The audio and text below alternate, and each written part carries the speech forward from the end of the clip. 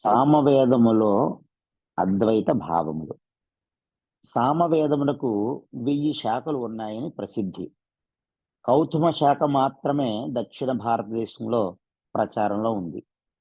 సామవేద సంహితలోను 8 బ్రాహ్మణాల్లోనూ అనేకమైన అద్వైత వాక్యాలు కనబడుతున్నాయి.